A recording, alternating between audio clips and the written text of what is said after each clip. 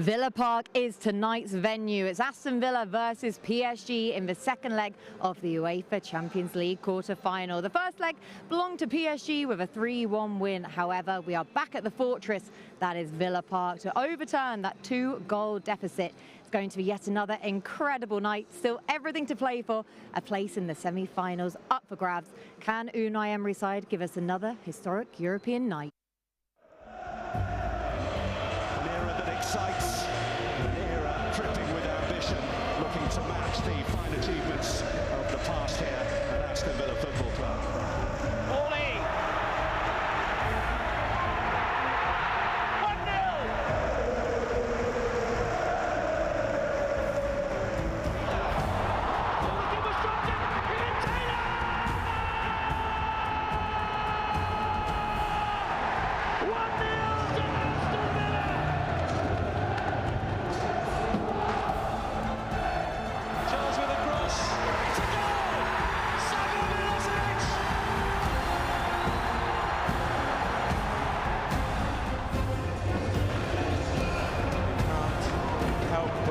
Sense of history when you come to this ground.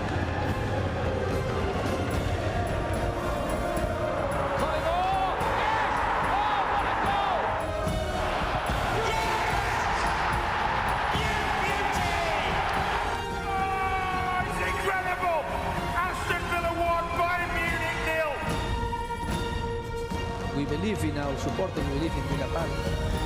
I'm a believer, mate. So it's all to play for still. I think so. Do you want to bet against us?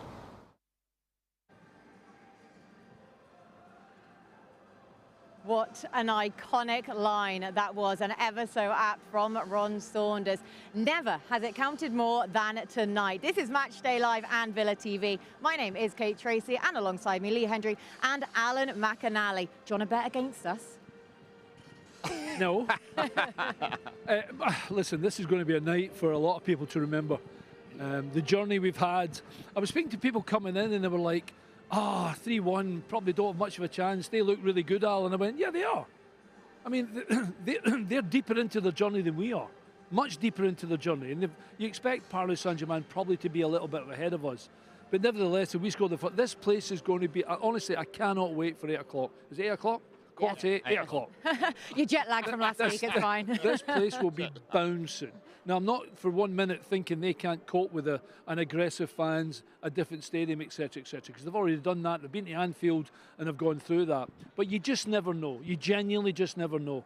And I'm not betting against us, no, because I want us to win. Simple as that. Definitely. The atmosphere tonight, Lee. We experienced an unbelievable atmosphere on Wednesday at the Parc des Princes, but bringing it back here, everything to play for. We know that the rallying cry we even gave at the end of the show last week to the Villa fans, not that they're going to have listened to us, but in general, it's going to be heeded, isn't it? And every single person here has their job. Yeah, it is. I think, you know, I come away from that game absolutely gobsmacked for so many reasons, you know, to find and feel that we were in a European contest, and the atmosphere, the buzz, everything about it. I mean, we sat together, didn't we? And you know, it was one of them where I've come back here and told everyone, every single person, that was one of the best games I've been to for quite some time as a stand-by, watching, being part of the football club. But you know something?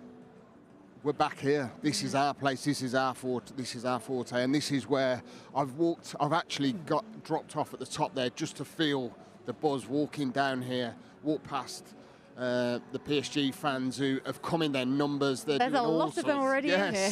They are. And we heard, you know, how vocal they were.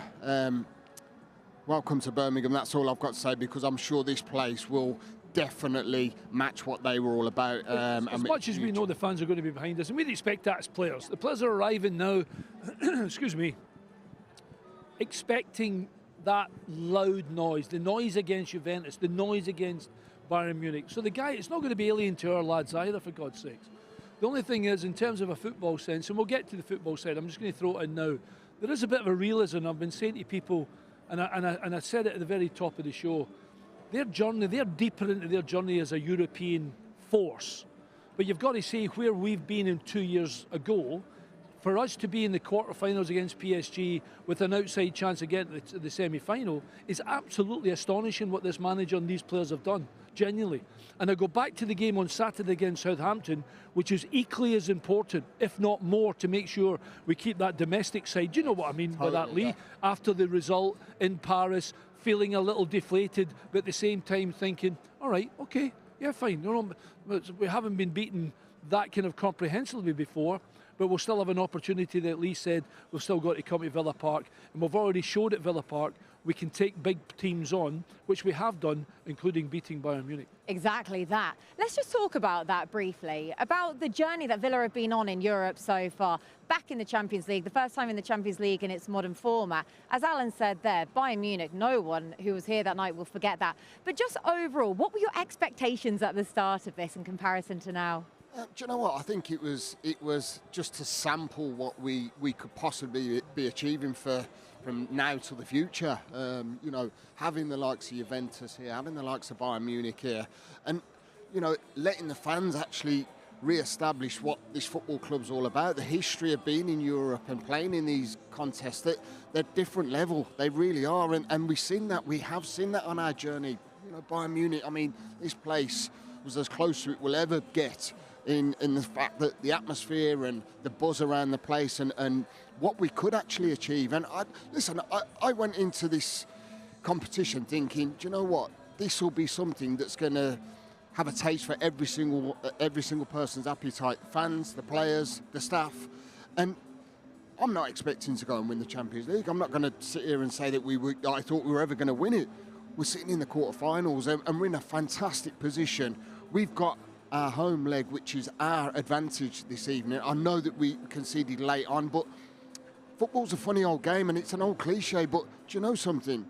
Honestly, these nights can be so special and so rememberable. And we've seen that over so many times. I remember being a ball boy here when, you know, Phil King's smashing a penalty against Inter Milan. I remember playing here and against Atletico Madrid. Where you get filled in the box that night for the penalty. Yeah. No, but do you know something?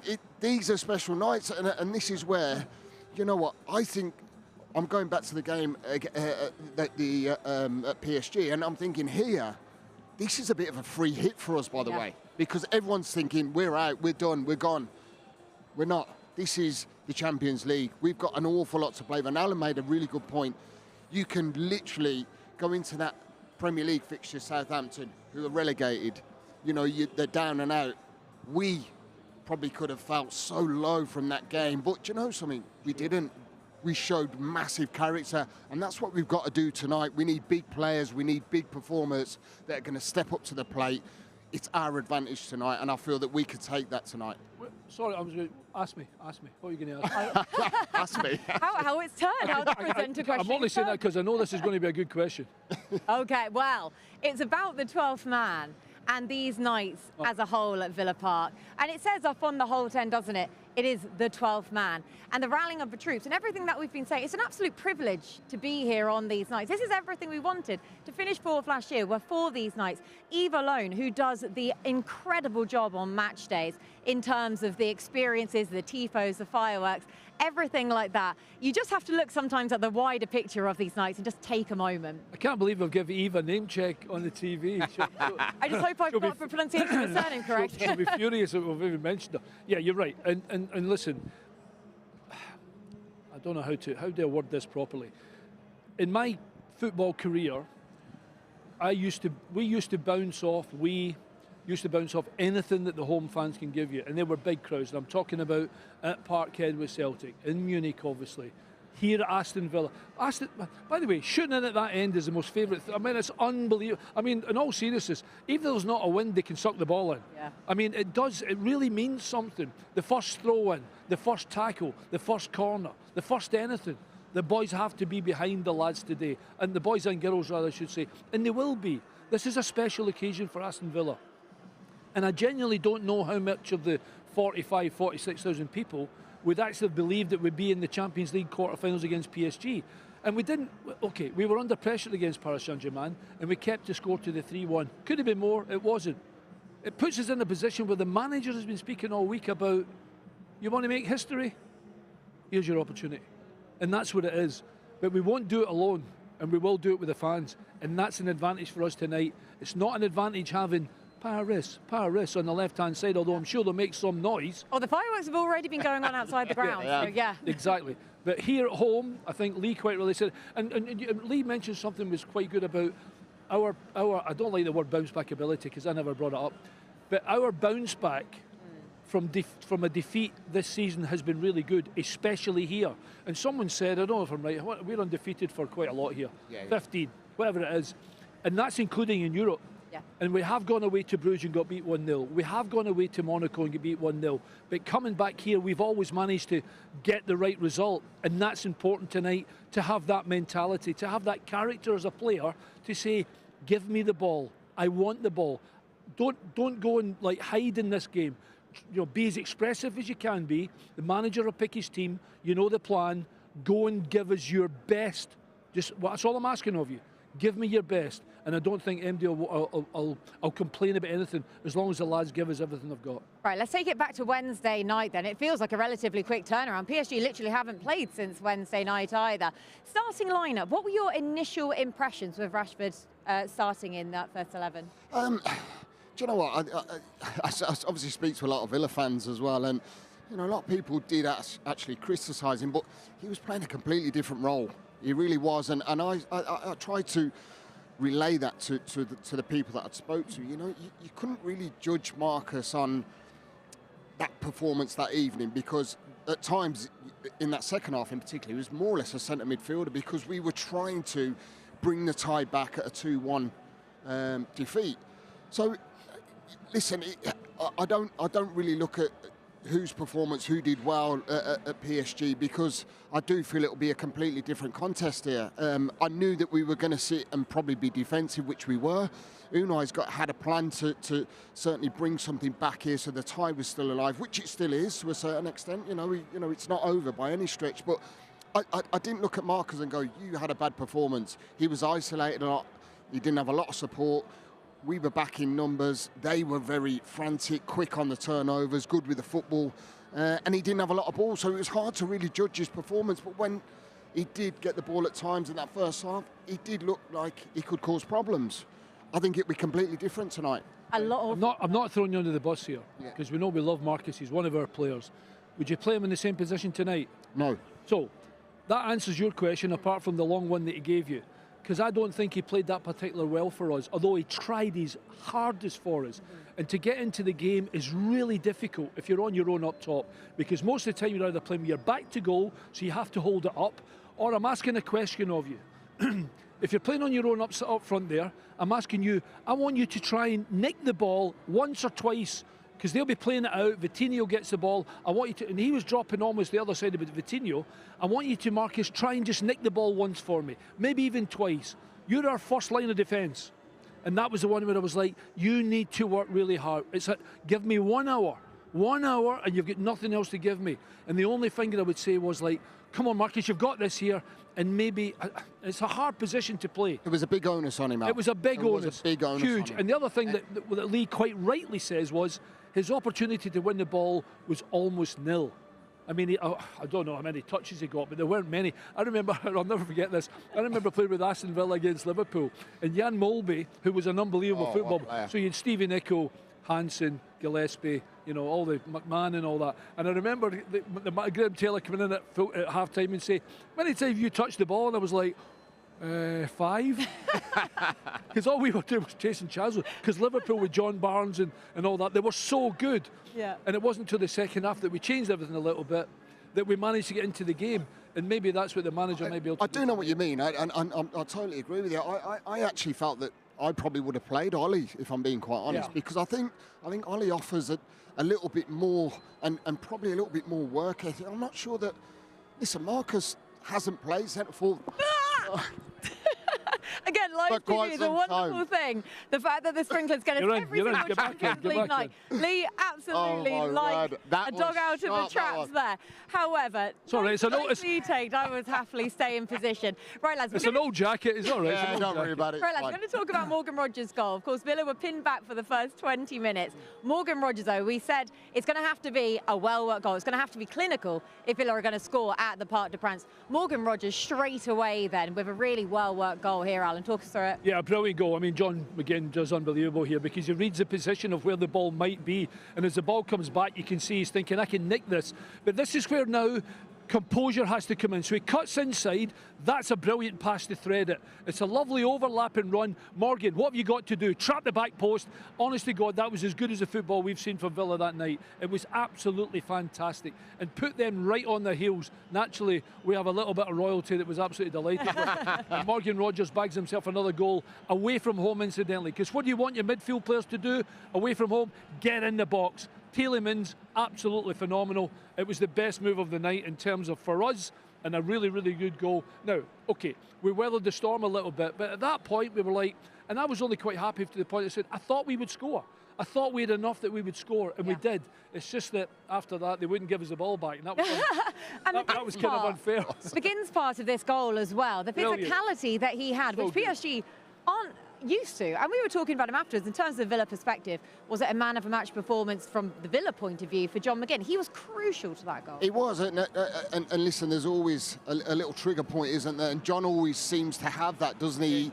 Out of the midfield, you know, you'd always know that he's got that sort of bulldog mentality where he drives and he wants to get at people and he wants to let people know that he's in and around. And that's what he did there, and that's what forced the goal. Because I felt at times, because PSG had so much ball, we stood off them a little bit, and John there, for me, I think, showed what we need tonight in particular. I don't think it's got to be just John. I think whether it's Onana, whether it's Tielemans, they've all got to be really getting tight to that midfield area, because Vitinha dictated the ball and literally dictated the game. He sets a good example for us here, John McGinn. I know that was an away from home game, but he reads that passage originally thinking, I can nick this for sure. And that starts an attack for us. Just watch yourself, guys. It's okay, it's gone. It starts an attack for us. But not only that, he then has he knows there's nothing in his outside because he was the first ball on the outside. So he cuts inside, plays a great ball in, and then Rashford, Tielemans, Morgan Rogers, brilliant goal. We need plenty of that tonight, and we need really, really good passing. But we also need that press, buddy, don't we? Yeah, we need to really, not caution to the wind, that's maybe unfair, but a wee bit more aggressive in terms of maybe a little bit further up the park, because we have to take a chance tonight. We can't just sit back and go, aren't they good on the ball? And they are good on the ball, but there'll be times tonight in a different circumstance that they give the ball away or it's a slack pass. We've got to be alive to say, right, go, let's go all together. And every man has to play his role in here. Emi Martinez, again, was crucial the other night as well. Some of the saves he had to make, it could have been worse had he not have risen to the occasion, as we always expect from Emi. Yeah, he was excellent. He was. You know, when he was called upon, he made some really crucial saves, didn't he? And obviously, they threw a lot at us, and I thought we defended really gamely early on for long periods in that first half. And you know, some of these saves that he made, I thought that one was a lot closer. Having watched it again, you know, he did brilliantly to get down. And listen, you can't really fault him for the goals that he conceded, because they were absolutely quality that were produced. But you know, when he was called upon, as we said at the start of the show last week, is that, you know, he puts his head on a block at times, doesn't he? And tries to take the pressure off some of the players, which he has done. But you know something? I mean, saying stuff, what he did and how he went about his business, and then producing performances like that, just shows the calibre of a goalkeeper he really and you're spot on, Bud. And I'm going to give him a bigger pat in the back by saying he was booed every time he touched the ball. Yes.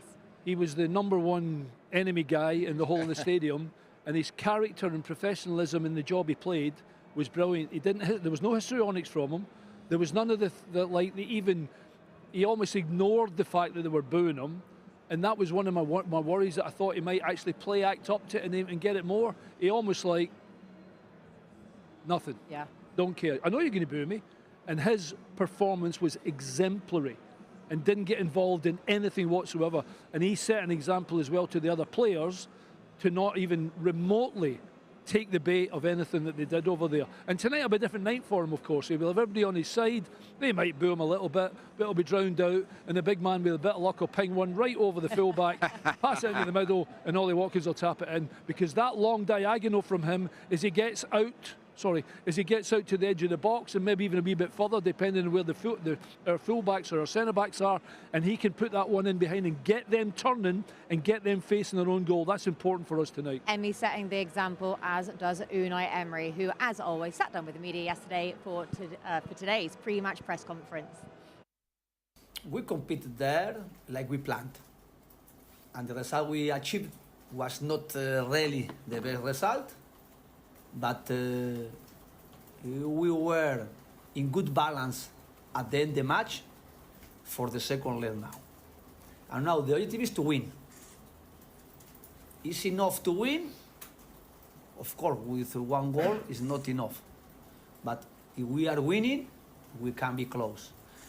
And our objective is to try to play with one strong plan in our tactical way tomorrow, and then try to be consistent. Try to be consistent and try to understand how is going the match in 90 minutes. And of course, when we were winning in Bruges, we were as well, with the advantage we had, we were ready to play extra time and penalty shoot. Now, again, our plan is as well, if we are getting extra time, fantastic, and if we are getting penalty shoot, could be maybe fantastic as well. If we are connecting with our supporters, if we are transmitting energy, positive energy, if we are playing more or less, getting tactically and individually good things on the field, the supporters, they are going to add us their energy. They are going to help us a lot, and they are going to transmit us the energy. And always for our players playing at home with the energy they can receive from the supporters is something adding positively. More for us than PSG players, because they have experiences and they can as well manage in different moments as well, trying to focus the match and not really involving how the supporters they are pushing them. But for us it's important, for our players, for our energy, for our wishes, for our capacity to show our supporters as well, our individual and collectively performance. This is the really important how much they can transmit the supporters helping us. Yeah, great to hear from Unai Emery, as it always is. And it was interestingly, because he was saying the fact that last week, in terms of the game, it went to plan, exactly what they wanted to do, try and limit PSG, take it back to Villa Park. Said the scoreline, perhaps not quite so much. It was just slightly a miss. But in terms of what he wanted from the lads on the pitch, it was there. Yeah, it was, and as he said, he alluded to, is that they went probably a little bit more defensive. They're not, listen, they wasn't going to go and chase the game, was they, over there? And that's one thing that I think everybody knew. I don't think, it was rocket science to anyone that, we were going to go and try and win the game. I think it was always going to be, we were going to sit in and be compact, to be hard to break down and try and frustrate PSG and bring something back here to keep the tide certainly alive.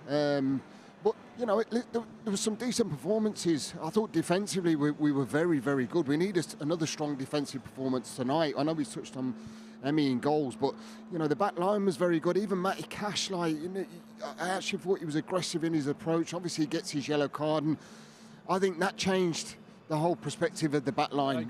Disasi coming on, I just felt he looked called a little that, bit to be fair, we were like, when yeah. because he got booked, I'm going to say 25, 26 minutes, Yeah. maybe even earlier than that, and then you think, because they're the two wide guys, all they do is attack the fullbacks. Yeah. So he's going to be under pressure, which means someone from that side must come in and double team to try and make him come inside rather than take Cashy on the left side.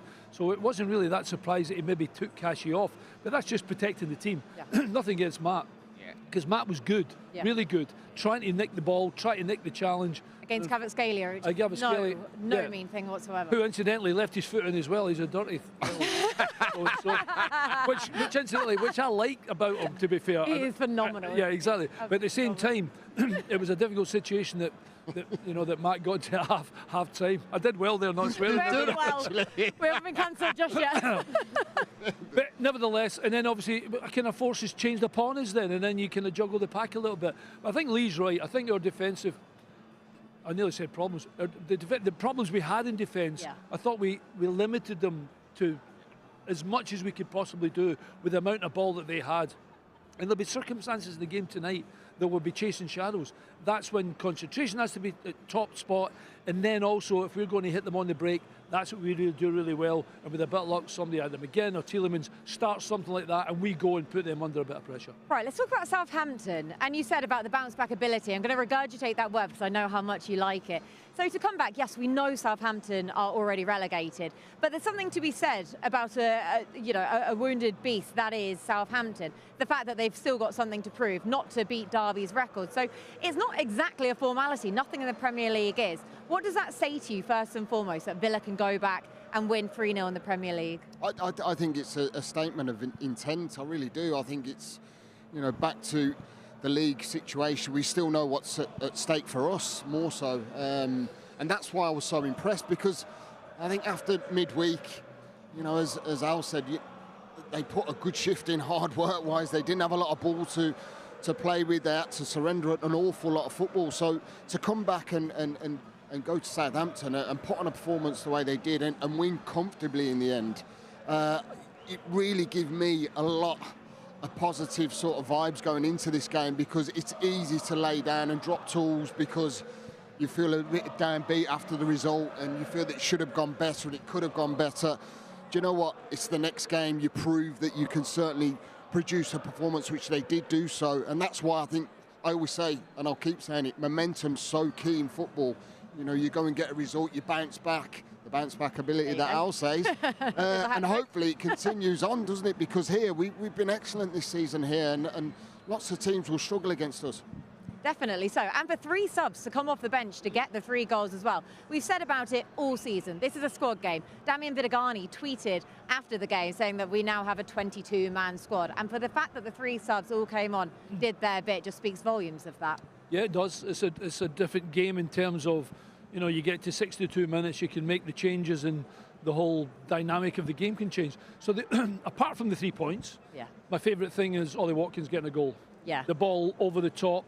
It was so well taken, this goal. Unbelievable. This is Ollie Watkins of last season. So good, but not only that though, because if you see just prior to the move, he actually looks to get, I've said to Ollie Watkins 100 times, you get in the box. If you make a run and they don't play it to you, it's their fault. If they play the ball in the box and you don't make the run, that's no good. Look, he's already he's away 10 yards prior to the run. Tielemans already knows he's going in beyond. And to get the touch that he did, that was absolutely sublime. And a lovely finish off the top of the crossbar. And that was, for me, the biggest thing I took out Saturday. That's what Ollie needed, exactly coming into something like I know you're speaking from the strikers. Well, I'm completely utterly biased. But I tell you what a pass that was from Tielemans. I mean, to see the vision, and the run from Ollie was brilliant. But I'm so glad that Ollie got the goal.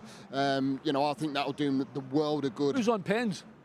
Oh, goodness, sure. who knows? Who knows that present? But Donyell Marlin, again, for him to come on, he's had a tough enough time. We spoke to him in the post-match show for the last game. Had a tough enough time since he's come to Villa. But this well-taken goal, it was carbon copy pretty much of the Brighton goal he got. Yeah, it was. And he literally looks like he's chomping at the bit, doesn't he? And do you know something? It's so ironic.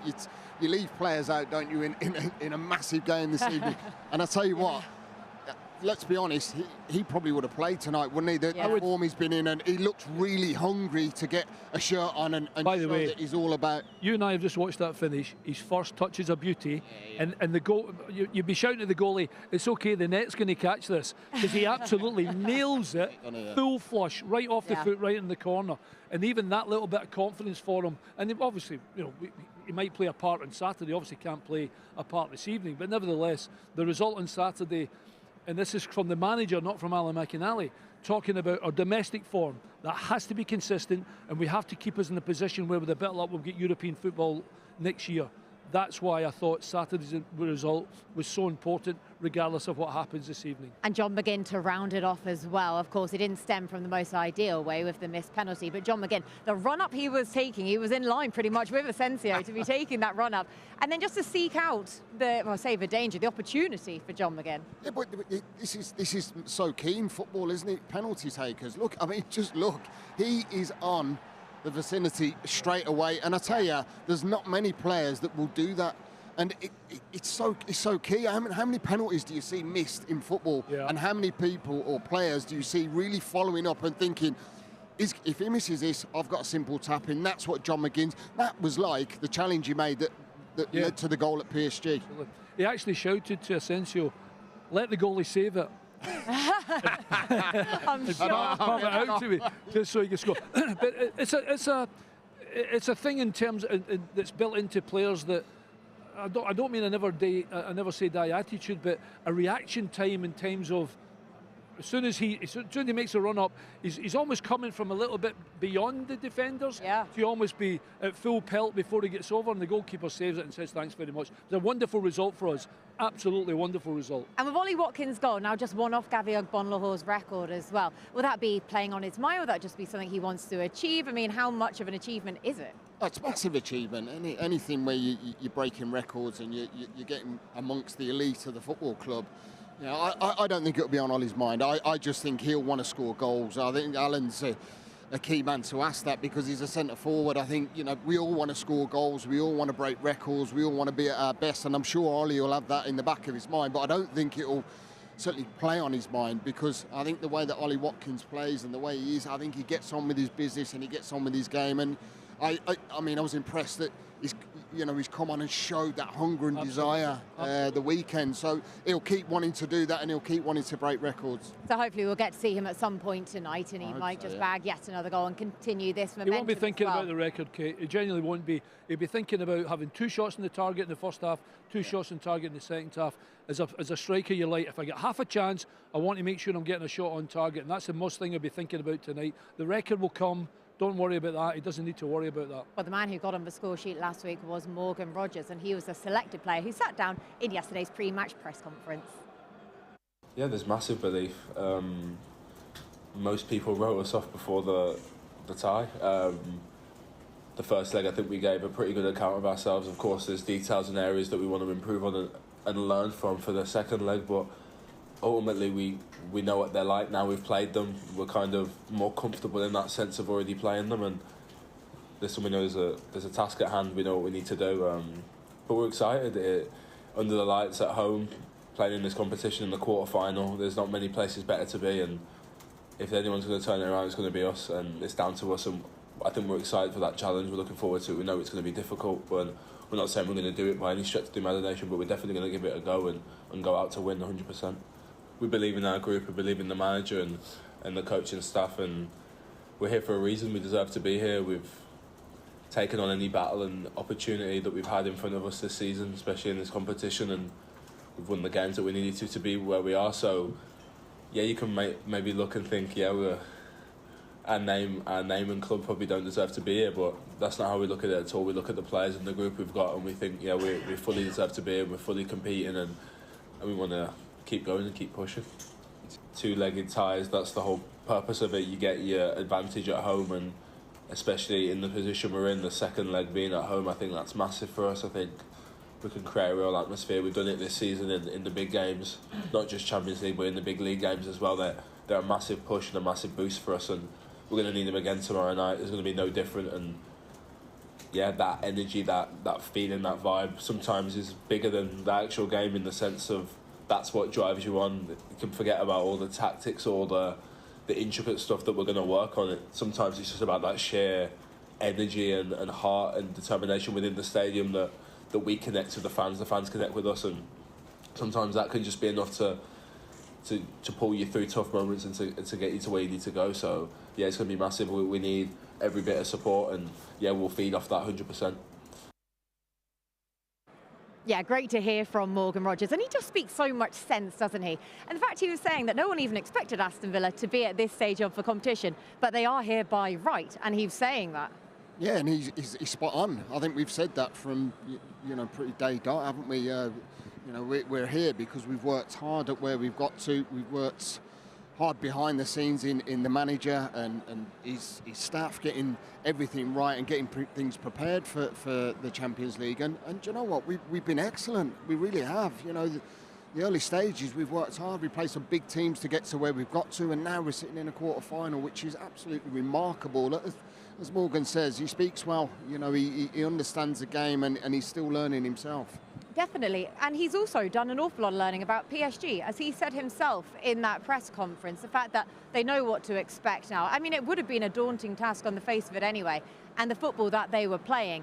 But as Morgan said there, he's almost taking confidence in the fact that, well, we know exactly what we're anticipating now. Yeah, and he knows how quick they move the ball through midfield. Yeah. That's why I was saying to Lee earlier on, I just wonder whether we'll have to be a yard quicker in terms of anticipating the way they move the ball and just make sure they don't play through us. It's going to be a fantastic spectacle tonight. Don't worry about that. It really is. The only thing, and I know you're going to tell us the team now, and I'm trying to stop myself saying it, but let's stick on Morgan Rogers. Yeah.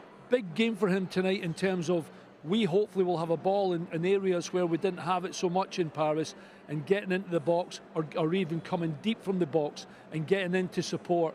And with a bit of luck, he'll bag himself another goal. Because at the moment in time, if you're looking at someone apart from Ollie Watkins who expects to score every game, he's been our man. He's been absolutely fantastic, getting from midfield, getting in the box, scoring a goal. And he got another one in the Champions League. He's really made his name in the Champions League stage, getting the one against PSG, such a well-taken goal. You just saw him making the run without being marked at all, and just knew that the ball was going to be in the back of the net. Yeah, he's been excellent, hasn't he? And I think he's stepping up to the world stage, isn't he? And, his international career, that's what he wants. Since coming here, he's just been a breath of fresh air. And people probably had their eyes open when they looked at signing Morgan Rogers from Borough. You thought, was he going to come in? Was he going to step up to the plate? He has done. He's got physicality, he's got goals, he's got awareness, he's got creativity. And I'm with Alan tonight. I think it's a big game for him as well, because I think again it'll be a lot different. I want to see him really dictating and grabbing this game and taking it by the scruff of the neck, because I've seen him here literally boss games, and he's capable of doing so. I think doing it against top-class players on your home turf, it's a big night for him. Definitely, as the boos are ringing out, because the goalkeeper union without Emi Martinez for Aston Villa has just come out. So the PSG fans giving them a warm reception to their own home ground. But in terms of Morgan Rogers' recent impact, goals, assists, how significant has he been, Alan? Yeah, he has been a big part. I think the fact that the manager trusts him, because we've already spoken about his relatively inexperienced time at Aston Villa in terms of 2 years, maybe a little bit more, coming from Middlesbrough. We spent whatever it is we spent on him. You get dribs and drabs at the beginning, and then all of a sudden you see this young man going on a slalom run and taking players on and bumping people out the way. And I'm going to say something, genuinely, we haven't seen the best of Morgan Rogers yet. There's absolutely no question. At his age, he has got plenty of time to get stronger and just be better, simply better, and certainly more of a handful, etc., etc. And in terms of his goal scoring, his assists have been good as well. And I think the fact that when you see players in a little bit of trouble, they're happy to give it to Morgan Rogers, or Morgan to make a run forward for him to try and take the pressure off us. And there again, you've just seen edge of the box, assist, Malin, thank you very much. He's been a huge part of the team this year and deserves a big pat in the back. He genuinely does. Where do you prefer him playing? In the number 10 position, off the right? We know he can play off the left as well. Where do you think he's best? I much prefer him in the 10. I just think that he doesn't predominantly have to play in a more central area. I had this conversation recently about playing at that 10 role. Some players just get mind boggled by that they have to play in behind the striker, and it's not the case.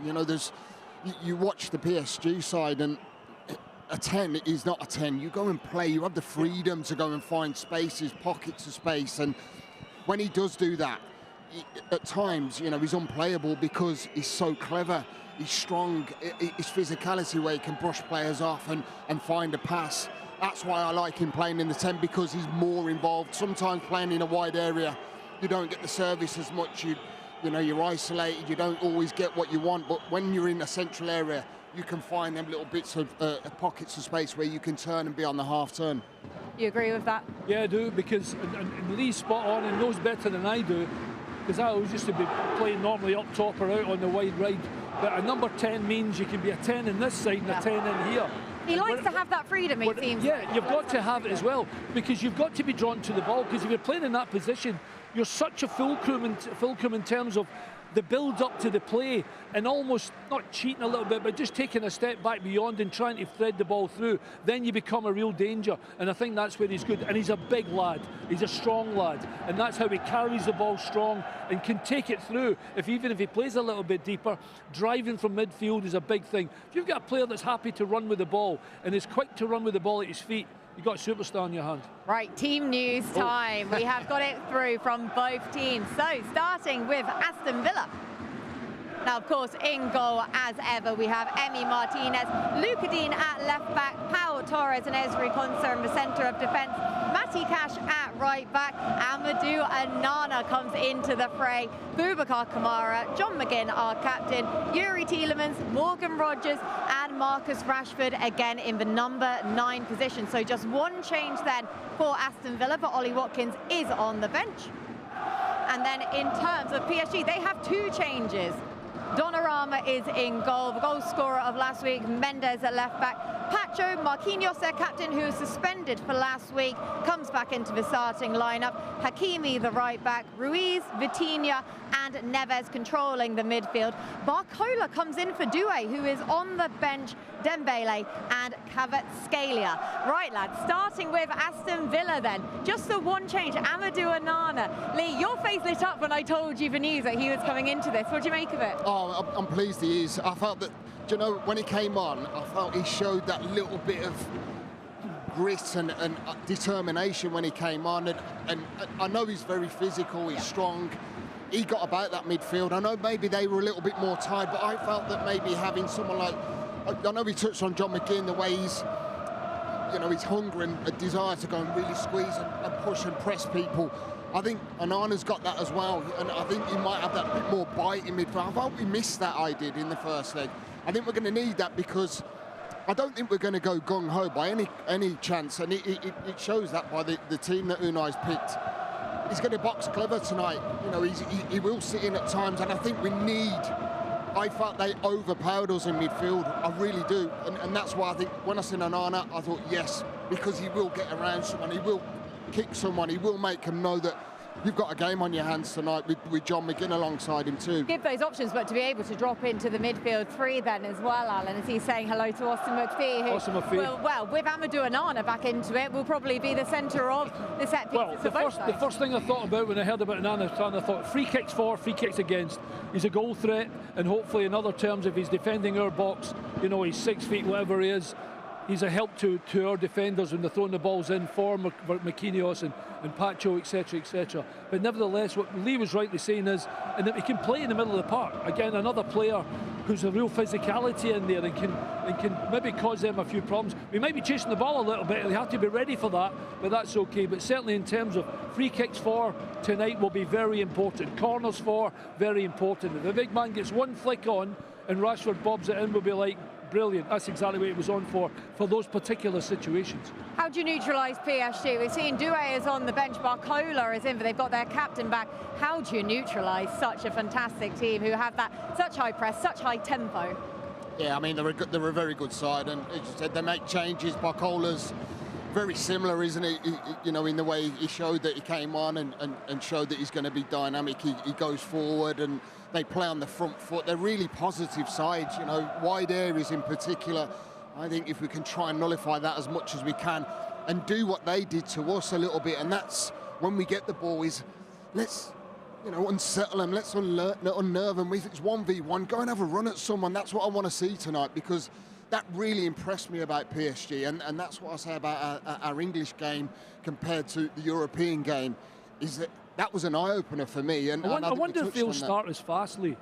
I mean, I don't even know if they can play any other way, to be honest. I don't think they can. Because the 2 boys are wide, they're just dying to take the fullback on. So I've been thinking, did they go a little cager? Do they keep the ball? Do the wide players come back inside and keep possession more and frustrate us a little bit and make us chase the ball? Or do they go, if we get one more goal? I personally think they go. I don't think. I think you're right. I think there's only one way they play. Correct. They play very front foot. They're aggressive. They're quick. They've got a lot of fast players on the pitch.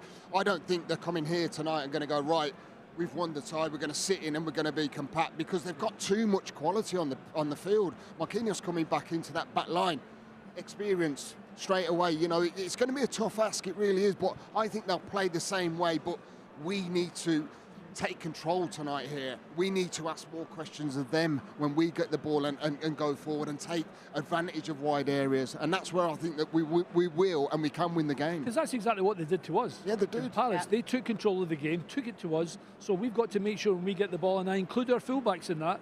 Big night for Matty and Digne. Get forward if you can. Play that ball up the line. Get them turned. Let's have midfield players getting into the corner, whether that's Rashford or not.